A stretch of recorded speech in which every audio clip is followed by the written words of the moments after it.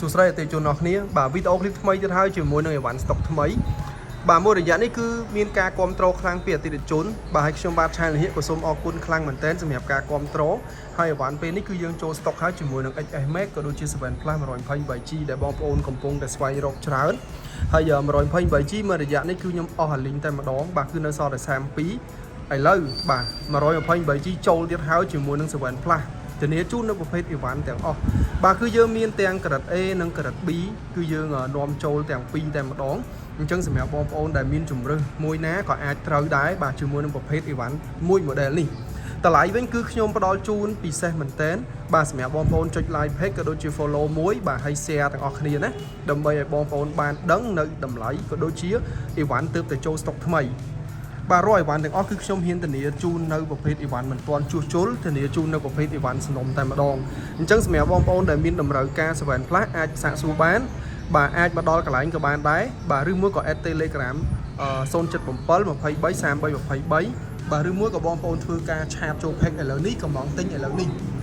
បាទសម្រាប់ iPhone XS Max គឺយើងចូលទាំង 256G ក៏ដូចជា 64G តម្លៃពិសេសជូនមែនតើខ្ញុំហ៊ានធានាជូនទាំង7 Plus ទាំង XS Max បាទតម្លៃពិសេសជាងមុនធានាជូនតែម្ដងគឺតម្លៃពិសេសជាងមុនឆ្ងាយបាទរស់រាន់ឡើងបងប្អូនណា 64G ត្រឹមតែ$300ជាងបន្តិចទេបាទសម្រាប់បងប្អូនត្រូវការក៏ដូចជា256ត្រឹមតែ$400ជាងបន្តិចដែរបាទតម្លៃពិសេសមែនតើតម្លៃនេះបាទអញ្ចឹងយើងតែងតែមាន promotion ជូនបងប្អូនទាំងអស់គ្នាបាទទាំងគ្រប់ model ទាំងគ្រប់លេខរាល់អីវ៉ាន់ទាំងអស់បាទគឺការជាវបងប្អូនទទួលបាននៅឆ្នាំងសាកមួយក៏ដូចជាបាទ screen ការពារមួយនៅមានការធានារយៈពេល1ខែបាទ15ថ្ងៃដំបូងគឺខ្ញុំដូរថ្មីតែម្ដងអត់ជួសជុលទេអីវ៉ាន់ណាខ្ញុំតែងតែបញ្ជាក់ក្នុងការ live ក៏ដូចជាវីដេអូនីមួយៗអញ្ចឹងឲ្យតែមានបញ្ហាក្នុង15ថ្ងៃដំបូងគឺយើងដូរថ្មីតែម្ដងអត់ជួសជុលជាដាច់ខាត